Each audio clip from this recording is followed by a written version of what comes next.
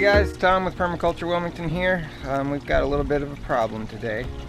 My hydroponics, the Dutch bucket system that I have along the side of my house, has just decided to stop working, half of it. So the tomatoes that I've got, you guys can see, they have a whole lot of fruit on them. But unfortunately these vines look kind of sad. They look like they're dying. And upon further inspection, I realized that our drip lines are not actually dripping. So that should have a whole lot of water coming out of it. There is no constant stream coming out of it. It should be a constant stream. And we're just getting a drip. So what this means is that these, I believe these ports have been clogged. You can see this one. This is how it should look. All of them should be like this. That's a proper drip. So it's just a matter of taking a skewer and plunging it into the port here. Let's see if this works. You guys can bear witness. This is a theory. I'm trying it here for the first time. And indeed, that is a better drip than it was, but not quite consistent.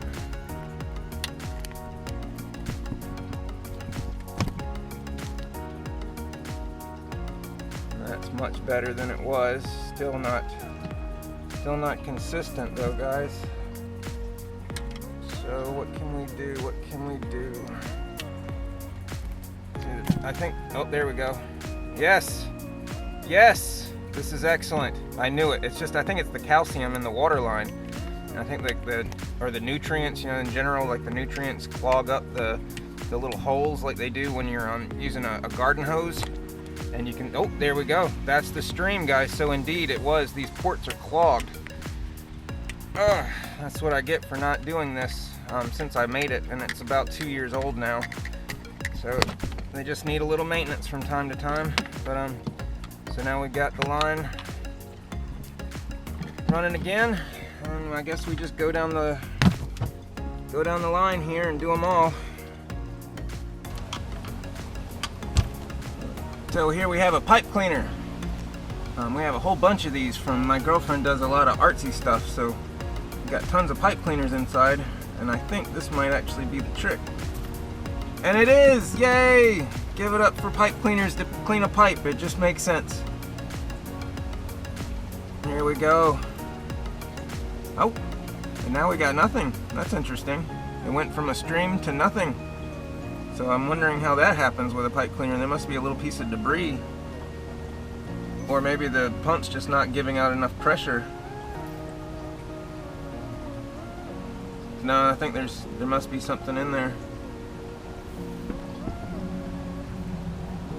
Well, that's very interesting to me. So I believe this is, there it goes, that's all the way through. That's what it was. So I'm not getting it through the other side all the way, and then there must be a little piece of debris that just is. There we go. So this is how far we're sticking it in, and if we go up, that's inside the pipe. So yep, that should be good. We don't want it to slow though. That's interesting that it's slowing. I guess I need to get a pump. Maybe my pump has lost some pressure. I just switched it with the one inside that I had, and the other, they were both the same. And indeed, that's not working now. Well, that's very interesting. That's going all the way to the top. It's touching the back side of this pipe here. But we're gonna move on. As long as I get some. Oh, that's so weird how it's not putting anything out after I run the pipe cleaner through. That has to be pressure related, is what I'm thinking. So I think that's just where the pump has lost pressure, unfortunately. But that's how this stuff goes, guys. Not everything lasts forever.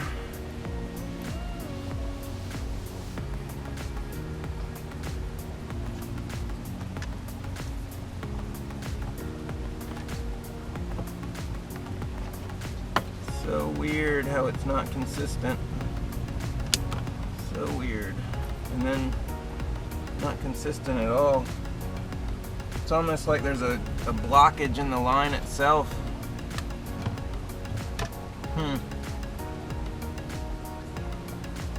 Might have to run a pipe cleaner down this whole pipe.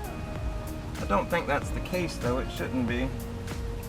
And that pump I bought has a rise on it, a rise rating where it can lift the water a certain height. That has a rise rating of like 10 feet and it's only going up 3 and then cutting over this direction horizontally, so that doesn't give any resistance. So the only other thing could be the number of holes that I've got in this line. But I mean, it's been working fine for 2 years, so it must just be where the pipe has lost, or the motor on the pump has lost a little pressure. It seems to be coming out okay though, just a little drip, not nowhere near what I would prefer. But let's go down to this next one. Let's see what happens when we run something into this.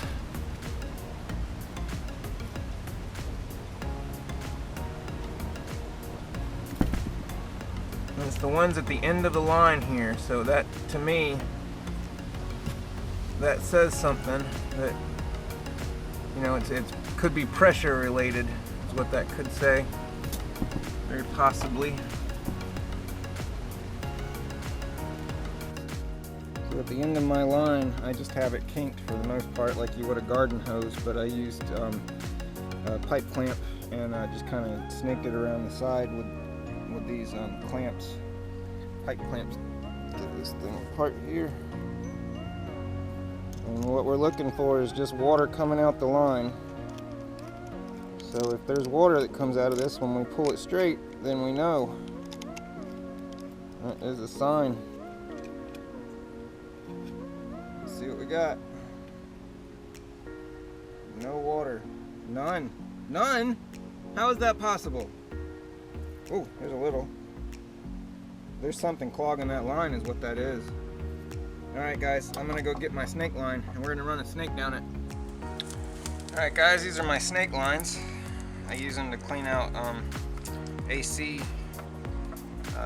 vent lines. Like if you have a house, if you're a homeowner, you gotta clean out your AC vents about once a year just to be safe. So this is what I use to do mine, and I also do other people's from time to time. Run a line, here we go.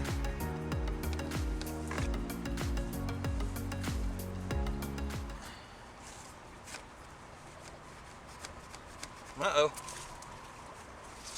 Oh no. It won't go past the... Oh, there we go.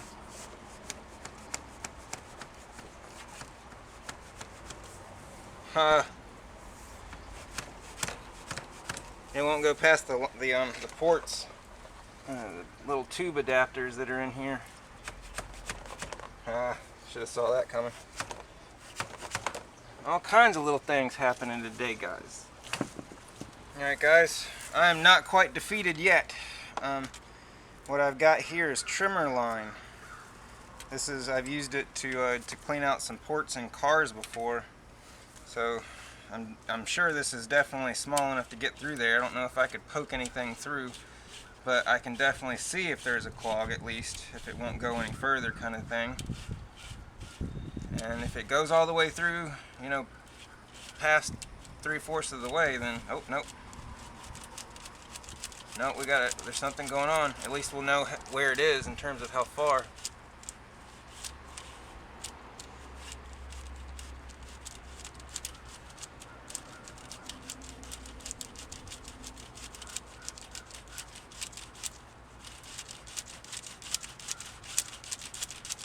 Yeah, there's something definitely clogging.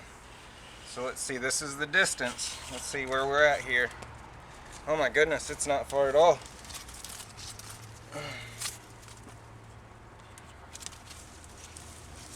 So we're looking at right where the problem is. Go figure. Let's keep that distance. We can work our way down. Go snake this thing all the way through, and it looks like it's right there where that clip is. So whatever is causing this to happen is right there. So we basically need to get that snake at least to that point, is what we're doing here. Pliers, different kind of pliers, that way I can grab that lip and pull down. Alright, so let's try our snake one more time.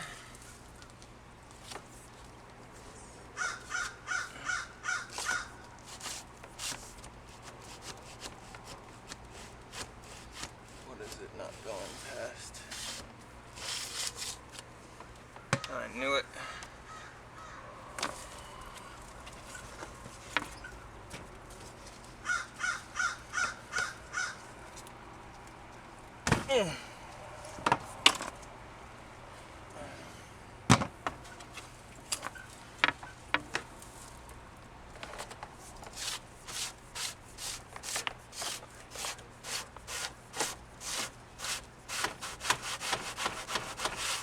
I felt something give way there, right about there, and that's where it is. So let's see. Let's turn the pump on, see if we can get some water. Water should be coming out. This is the next port down here. And this was a constant stream, but now I've pushed whatever was clogging it into this port. So really I need to be running the line from the other side, and I need to be taking all these ports off. But that's a lot of work. So I'd like to figure out a different way. It's going to be crazy if this line comes out of the end of this pipe and there's no water, and I see yellow for the yellow trim line. That wouldn't make any sense. The line comes out but the water's not, when this port is gushing water right now. That makes no sense. There's got to be something else going on here. I feel like I'm pushing something out. You guys aren't going to believe this. This line is coming, it has water pouring out of it. And if you look at this end,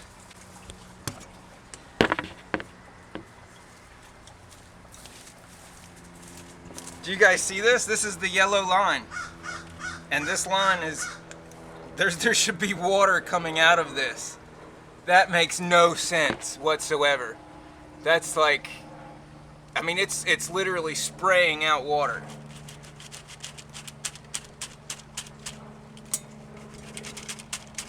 Why is there not water coming out of this when that one port has so much pressure? That makes no sense. I can't think of any reason why there shouldn't be water coming out of this port right now. I mean, there is pressure, guys. Alright guys, look at this. This is the line. This is my trimmer line going into this port here. And there's no water coming out the end. Okay, but this has pressure.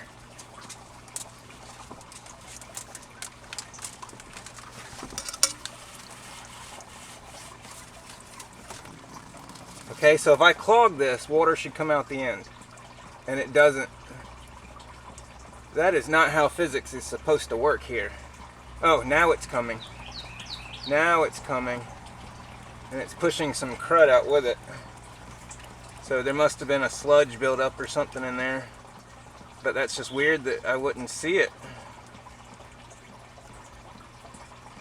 Alright, so there's a drip at the end now. A good constant drip. Not exactly what I was hoping for, but I think this means we need more pressure, guys. I think my pump's just not strong enough now. But now we know.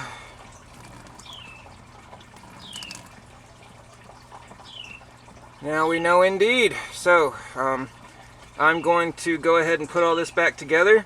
And what's going to happen, I'm going to order another pump. So that's what's going to happen, is now we've got to look for a pump that's got a better rise than the pump that I'm currently using. So that means more pressure. Guys, I just thought I would mention, there's more than one way of doing this.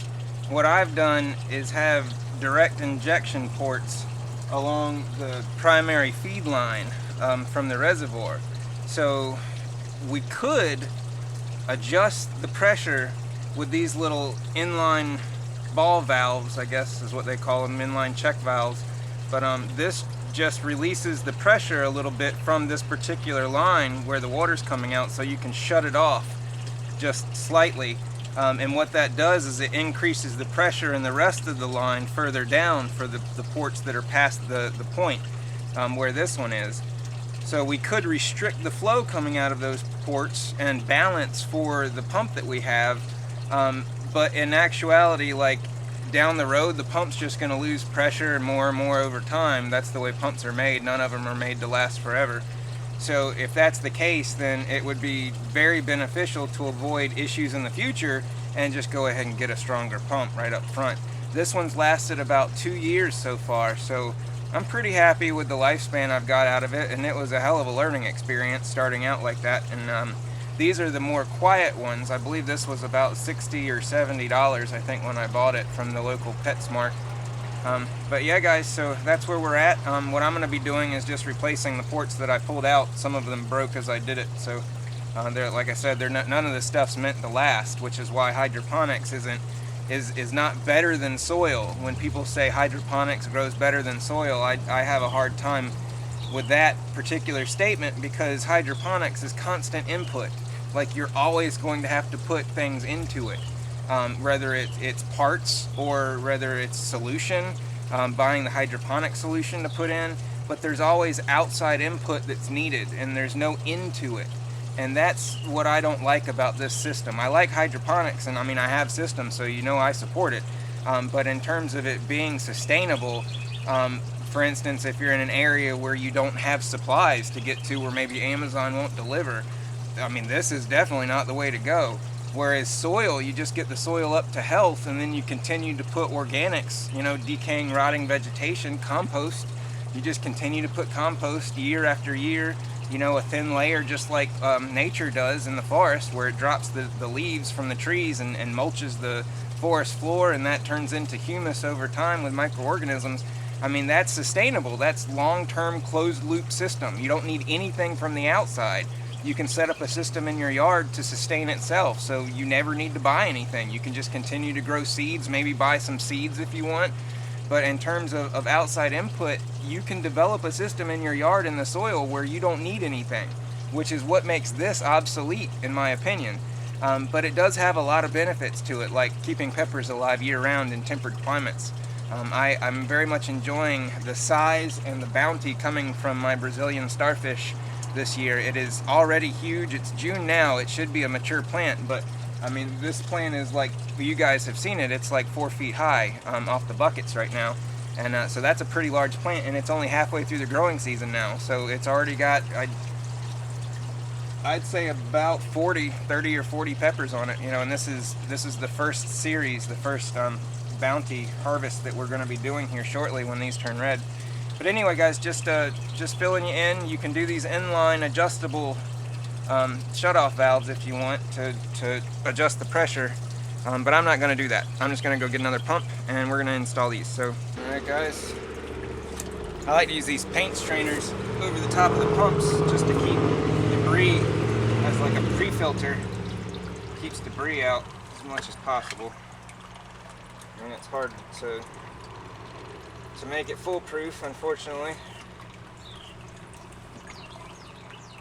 That's good, just like that. And then we just sit that back down in there, all the way to the bottom. I use a 40-gallon, and I use thermals in the ground to keep the temperature regulated, so it doesn't fluctuate very much. If you 1 meter down in the soil, the temperature is consistent year-round, so there's not much of a fluctuation. That is a pretty big fluctuation right now. But I think that's because all the water that's coming through being cycled is being heated up from the black buckets, you know? So, but in the winter time, this doesn't change the entire time.